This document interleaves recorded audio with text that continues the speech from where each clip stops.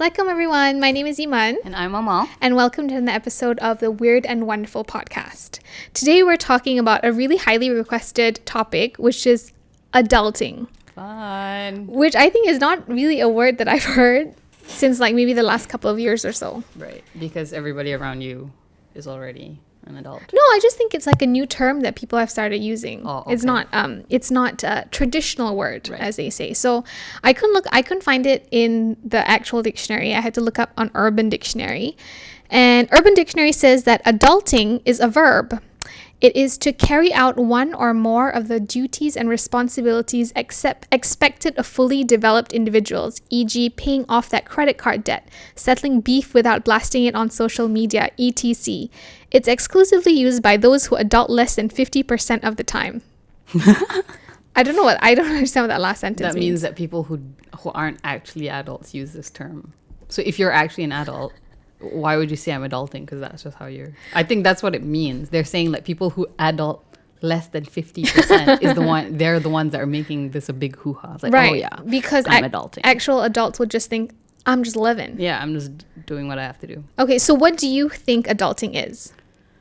I think just by virtue of that definition and just what I know in general, because I feel like I'm a pretty new adult. I'm like an infant adult. Why don't we tell everyone how old we are? Okay, I'm 22. I am 28. Because I had to plus 6 years to what you said. Don't know how old you are? No, sometimes I forget. Because I'm honestly, sometimes I still see myself as a teenager. Yeah, I still think I feel like I'm 14. I feel I'm like 17. Right? Yeah, no, it's weird because the other day I was going through Twitter and I found this girl's profile and I tapped on it and like in her little bio she said she was 14 and like my immediate reaction in my head was like, oh my god, me too. And then I realized I'm not 14. You're like about 8 years too late. Yeah. No, I think my internal age, the age that I think I am, is that I'm still 17, even though I'm like 10 years past that. How old am I? 28. 27. 28, yes. Yeah, okay, 28. Okay, I'm born 1990, so it should be easy for me to remember whatever year that is. That's how old I am. So anyway, as I was saying, I always think that I am younger than I actually am. So whenever I'm out in public or, you know, like buying McDonald's or something, even though the person clearly looks younger than I am, I will never say date. Right. I will always say ka, bang. Yeah. And I don't know why.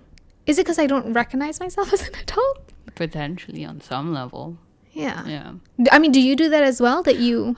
Yeah, for me, there have been times when I know this guy is like 19 or whatnot, but I just call him Inche because I don't like calling guys abang because I feel like that's weird. So yeah. So if it's a lady, even though I just call her ka, and then if it's a guy, I call him Inche. But then if the ka is clearly a puan, I call her puan. You know what I mean? But to people who don't understand Malay, this is a very confusing conversation. Yeah, it's just titles you hierarchical titles. Okay, so going back to the whole adulting thing, I think what people think of when they think of adulting is being responsible. Right. For sure. Like you have commitments. Yeah. Suddenly you have to like pay your bill. Yeah. Like before this, when you were a teenager, obviously you had a cell phone, but your parents are paying for your bill. Right. Or are giving you money to buy, top up, prepaid, whatever. But now it's like, oh, the bill is in your name. Yeah. And then you have to, connect the thing to your bank account. Yeah. Yeah. And you also have, okay, so you have your cell phone bill, you have your electricity bill, Wi-Fi bill. If you live on your own, you have to pay rent, and then you have groceries. A car if you have one. If you have a car or a house that you bought, then it's like a loan. Right. So these are all the things that you now have to pay out of your own pocket. So a big part of adulting is finding a job. Yeah, for sure. And I can understand why that will be pressure for some people. Okay, just say that we just assume that this adult that we're discussing has a job already. Right, okay. If you have a job, but then you're single, do you still live at home? I would. I mean, that's what I'm doing now. Right. Because I feel like, not to say it's an unnecessary cost, but I don't... live on your own. To live on my own while I'm still single. But you have a job. But I have a job. Because... I enjoy my parents' company, and I'm pretty sure I hope they enjoy having me home. But, I feel like, yeah. And also these are the years where I can really spend time with them without having to worry about another person, i.e., the spouse or whatnot, you know. And so I'm just using this time right now to really spend time with my parents and save money. Yeah, and I also feel like being an adult, it's been interesting because I feel like I get along better now with my parents. Yes, for sure. With our parents. We share the same.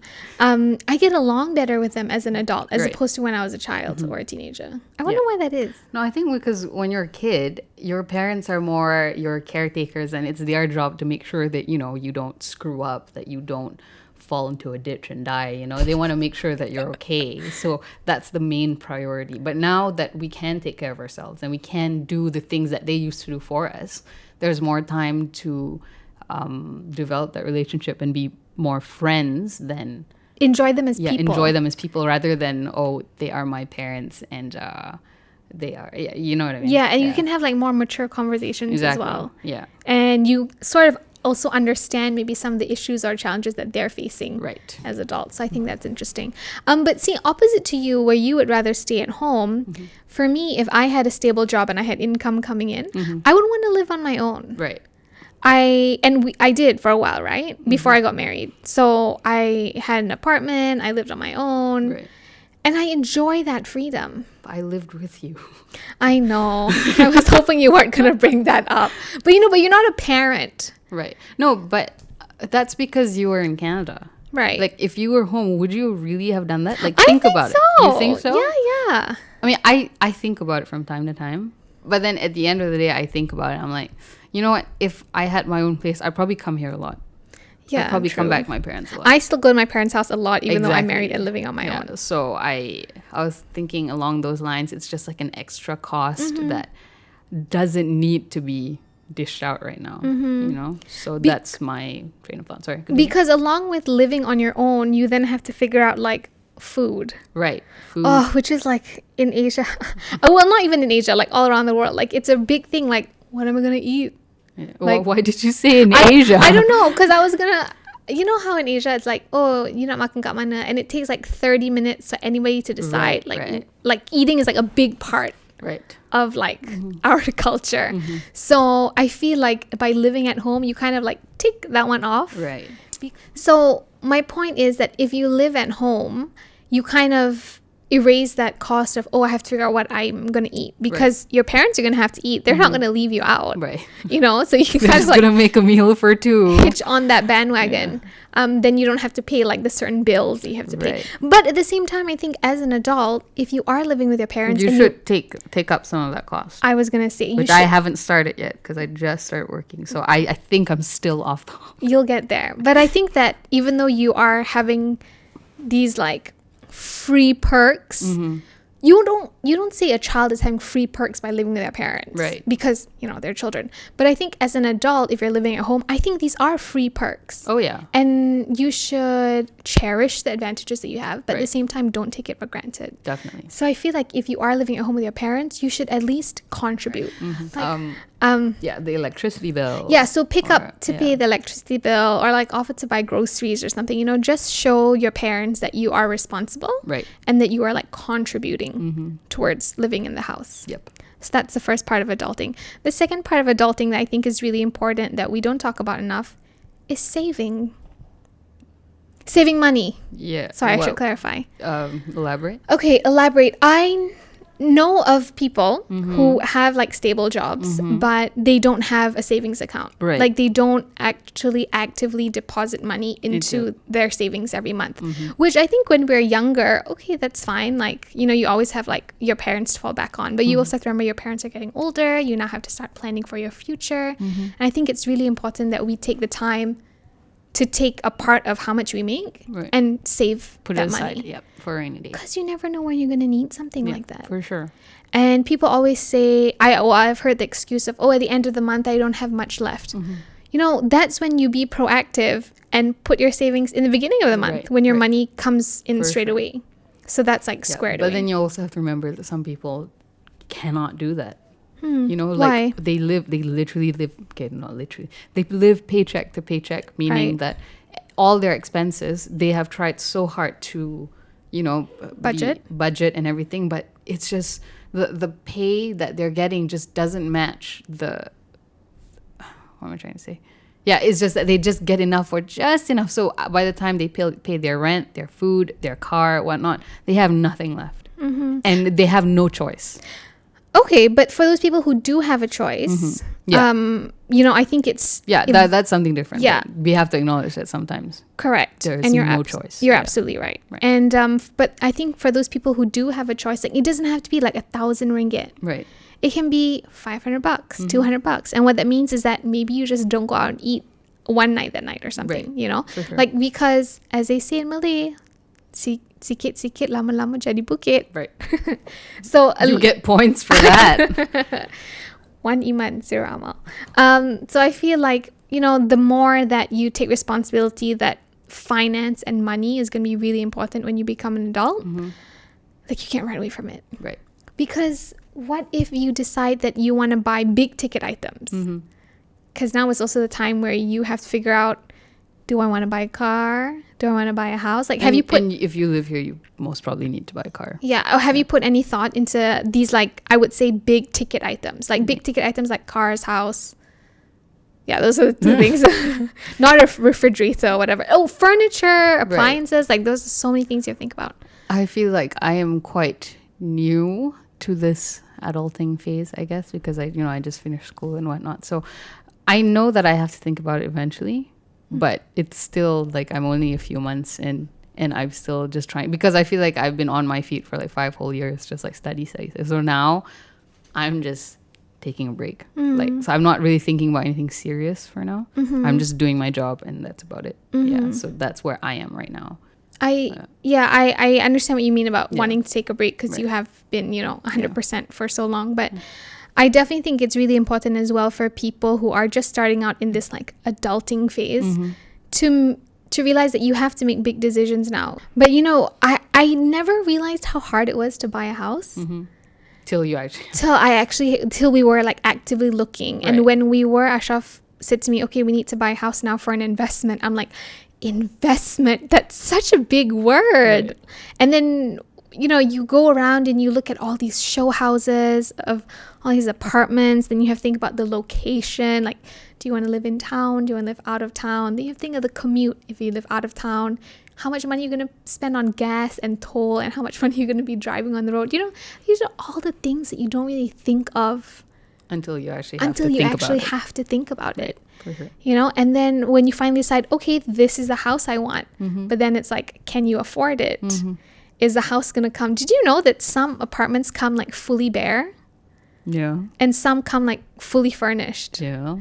I didn't know that. What do you mean? Like, you didn't? No, I just thought that when you came in, they would at least have macam like a countertop. Like in the kitchen. Is it like there's no kitchen even? No, like it's a bare unit. Like some of them don't even give you doors. Like you put in your own doors. I see. Okay, I didn't know to that extent. I know that no furniture.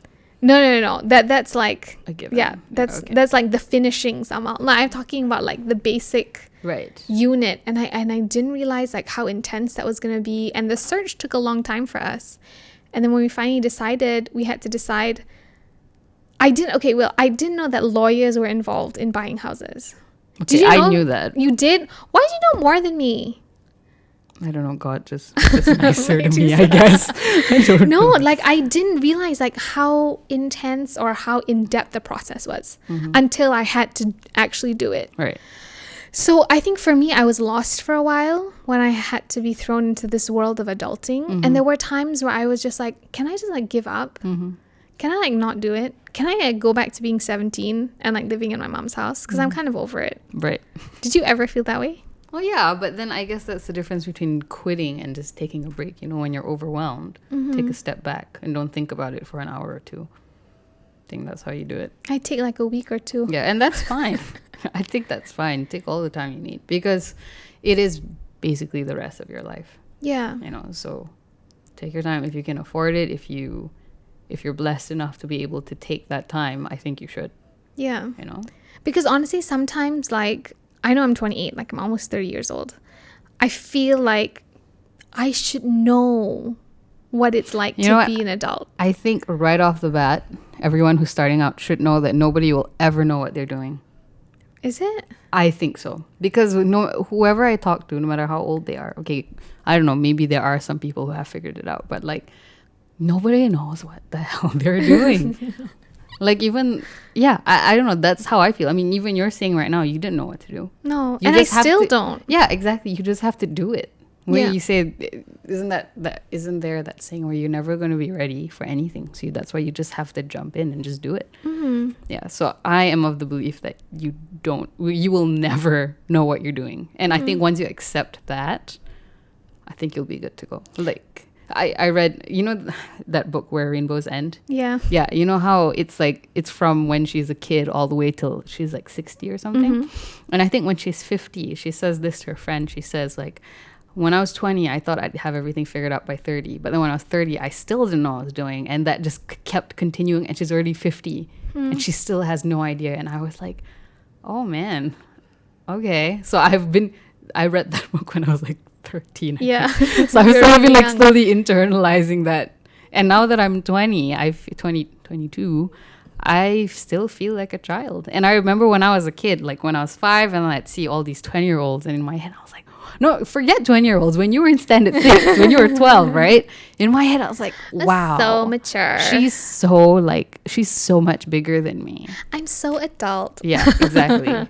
So yeah, I think that's just something that you'd have to be okay with and not beat yourself up because you're never going to know what you're Because doing. it's stressful sometimes, Definitely. especially when you okay, I know I am an advocate for not comparing, Right. because you never know what's going on, but sometimes you can help it. Yeah, And of course sometimes not. when I compare what I have or what I'm going through to what other people Right. are seemingly having, not on social media, because that's a whole like another ball game, but just the people that I personally know, it's like, Right.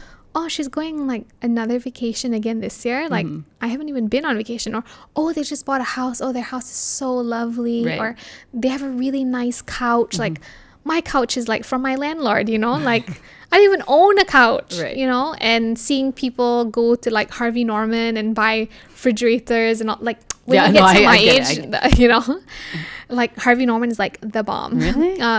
I prefer IKEA, to be honest, but what was I saying? Yeah, so when you start comparing your life to what other people have in this adult phase, you can't help but feel a little crappy sometimes. Yeah, for sure. Yeah. And I know, like, I think for men or some men that I know, it's like cars. Right. Like, oh, I just drive a Honda. Like, that guy's Audi is like really nice, And then they start to feel like kind of depressed. Like, then they reevaluate, what am I doing with my life? Am I in the right career? Am I in the right job path? Am I making enough money? So I think we all, in a way, have imposter syndrome, if you know what that means. Yeah. Can you explain what imposter syndrome It's is? when you feel like you're an imposter, like you're not good enough for where you are or something like that. You're like faking it, Yeah, like and you got there by accident. Right. Like you're not really meant to be there. Yeah, everyone has it. Yeah. Well, most people have it. Right. There are some people who would be like, oh yeah, I totally I'm meant to deserve be this. here. I'm great, And good for you. Yeah. Good If for you your have that confidence, then Yeah. that's awesome. But I Yeah. think a lot of us struggle with confidence. Right, definitely. In this age of an era of like starting out in our lives. Yeah, And feeling that we don't belong. right. So yeah, I think transitioning from like childhood to teenagehood is simple. Right, because there's nothing drastic. It's just, I mean, it is drastic, but it's just yourself. Your responsibilities don't really change. Yeah. Maybe you'd get like extra chores or something, but I think that's the extent of it. And also that everyone around you is going at the same time. Right. We are all going from like standard 5 to standard 6. Right. All the same. Yep. And then I think really once you exit high school and go into university, that's when you feel it adulting a little bit, because that's when you're like, oh, what school are you going to? What university are you going to? Right. Are you flying abroad? Are you staying local? That kind of thing. So that's, I think, when it starts creeping up. Right. And then it's like, what scholarships are you getting, and Where how are you much money? applying? Yeah. And then when you graduate university and you start looking for a job, the disparity becomes even more. Right. Because then some people get jobs right away. Some people want to go back and do their masters. Some people go off and get married. And then when people really start finding jobs, that's when you're like, oh, I don't have a job yet. Right. Or I hate using the term, I'm just a stay-at-home mom. Because, mashallah, do you know like how hard being a stay-at-home mom is? Right. We don't know because we're not stay-at-home moms yet, Yeah. inshallah. But like, I feel very sad for women who identify themselves as just a stay-at-home mom. Right. That's because there's nothing just about it. You're that's like just your carrying the weight of the world on your shoulders and you're raising your child. And you might think that, you know, I'm not contributing, or, you know, I don't have a proper... Yes, you are. You're contributing to your little human. Yes, and how amazing is that? Yeah, otherwise, somebody else is going to do that. And who best to do it than you? If not you, yeah. I mean, personally, Amal and I are advocates of raising for sure. your own child. But everyone is entitled to do their own way. If you need to send your kid to nursery, go for it. If you want to send them to their grandma's, as long as the grandma is okay with it, send your kid to your... You know what I mean? So to each their own. Exactly. But at the same time, when someone says they are just a stay-at-home mom, I'm like, no, girl. No, you are a stay-at-home mom. Own it, girl. Yeah. You are a nurturer. Yeah. Anyway, sorry, we got off tangent there a little bit. But basically what I'm saying is that with this whole adulting thing, there is no black or white. There's not even a gray. There's like, my favorite word, spectrum. There's a whole range of what you can possibly be as an adult. So I feel like after several bouts of feeling kind of down about myself, like, oh my gosh, it's 3 p.m. and I'm watching Netflix again. Like, what am I doing with my life? Like, that's okay, because that's a phase that I'm in right now. Right. And there's no right or wrong. There's no black or white. Exactly. Everyone just do your own thing, basically. Yeah, and everyone deals with pressure slightly differently. Everyone deals with adulting differently. There's no one definition of success. Yeah. So That's I feel so like cliche, but it's true. It's so true. Yeah. So I feel like people who are maybe, especially those who are just starting out, like people who are around your age or like around 25, 26, whatever it is, like there is no one timeline that you have to stick to. Right. For sure. And you shouldn't feel pressured to live a certain way or live life by a certain time. Right. Like you should just like you said, just go with the flow. Yeah, just go with flow. I mean, it took me a while to fully internalize that because for me, it wasn't so much the pressure from seeing other people. It was the pressure that I was putting on myself. What pressure was that? It's like, oh, I have to do something meaningful. I have to go to school to do something where I'm benefiting other people. And that's still a goal. But I think I've come to realize that I still, inshallah, like I still have time. You know, like I can do that. I can still do that. Like with what I'm doing now, it's probably not what I really, really want to do at the end of the day. But at the same time, like it's a great job and I love it. So, you know, it's probably not my end goal, but I'm fine. I'm absolutely happy doing it now. So it's just like I have come to terms with the fact that not everything has to happen now for me to be successful. Yeah. I'm going to take my time, inshallah. And I have been blessed, alhamdulillah, with the support and the resources to be able to do that, to take my time. So I'm going to take advantage of it. I mean, in a good way. Yeah. Take advantage of it so that it works in my favor kind of thing with my own timeline. Yeah. And I think for some of these young adults who maybe feel a little bit lost because they don't have a support system, you know, I think that's your challenge. Yep. You know, that's a challenge that Allah has given you that maybe you don't have as much as maybe the other people, seemingly the other people around you. Right. And that's maybe where you have to seek out different avenues of maybe other support systems. Like if your family is not supportive of you, then find friends that you can keep around you that will be, you know, kind of your support system. And I think just to go back a little bit to when you're starting out at university and stuff, this was a big thing for me. I didn't know what to study in school. Correct. Yeah. You struggled with that. Stressed me up to no end. Because I was of the train of thought that whatever I studied in school, that's what I was going to do for the rest of my life. And that I think that's a traditional thought. Yes, that is the biggest fallacy ever. I mean, just look at the people who have graduated and started working. People who did engineering are now investors or, you know, bankers, you know, and then people who did law, now they are, I don't know, run their own business. Yeah. So I feel like you don't have to restrict yourself so much when you're like searching for something to study because yeah, that really stressed me out. I was thinking like, oh, should I do law? I'm so glad I didn't do law. Let's just put it that way. What did you end up doing? Why I didn't you ended share up with doing us? psychology. I ended up doing psychology because I didn't know what else to do.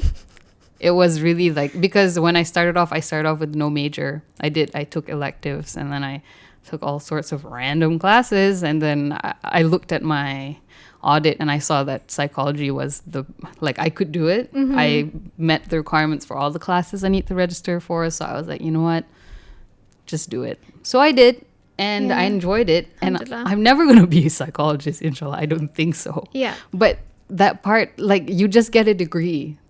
That's it. And then you do whatever you want after. Correct. And I think life has a funny way of working itself out. Yeah, you're going to end up where you're going to end up. So just chill. Yeah, no matter what phase of life you're in, like, you cannot expect an 18 or 19-year-old to decide on a degree program that's going to define the rest of their life when they're only 18 or 19 years old. Because you're still, I mean, I'm only 22. Yeah, and you're not even really fully formed as an adult yet. I think your prefrontal cortex only fully forms by when you're 25. See, I'm still mushy.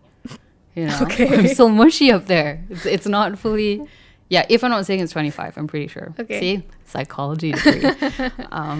But yeah, I guess in contrast to you, like, you were very confused. And for me, as an observer and as your sister, it was very frustrating for me. Yeah, because you weren't able to tell me that. Correct. Because I wasn't listening. Yeah, you weren't listening. So here we are telling you, listen. Yeah, and it's completely okay. You know what, if you're going to probably find something that you really like while you're studying. Yes. And there's no problem with doing that after, you know. Yeah. Study some more. We went to university in Canada. Yeah. So over there, the programs and university life is extremely flexible. Like, you can change. Yeah, in your first year, you don't have to declare a major. You can go as undeclared, and you can take like whatever class you want. I took natural. What class did you take? I took natural history, American Sign Language. I think I took like physics for like art students, but then I had to drop that. Film? Yes, I took film. I took linguistics in my third year. Yeah.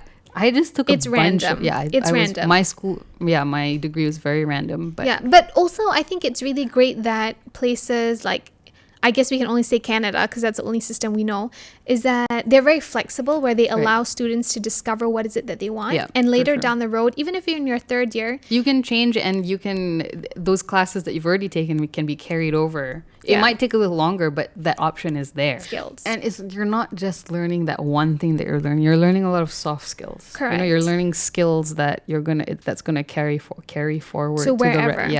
You know, it teaches you how to be. It teaches you time management. It teaches you patience. Yeah. You know, it teaches you prioritizing. You know, things like that. So, it's very important to keep that in mind. Yeah. So anyway, the point of today's episode is that you never know where you're going to end up. Yep. And that's okay, because nobody does. Nobody knows where they're going to end up. So you just have to go with the flow, and especially as a new adult. Yeah, sorry. Correct. And inshallah, as long as you tawakkal and as long as you believe that Allah knows exactly what your plan is, just raise your hands and just be like, I'm along for the ride. Put effort, though. Put effort. Obviously have to put in your effort. Effort's very important. But trust that everything inshallah works out. Yeah. And that's like everything's already perfect. You just don't know it yet. Okay. Well, if you guys have any questions about adulting, any other topics that you would like us to talk about, please comment them down below. What should they subscribe to? So subscribe down below. To DOPStv. For more episodes of the Weird and Wonderful podcast. Thank you for listening. Inshallah, we'll see you very soon. Assalamualaikum.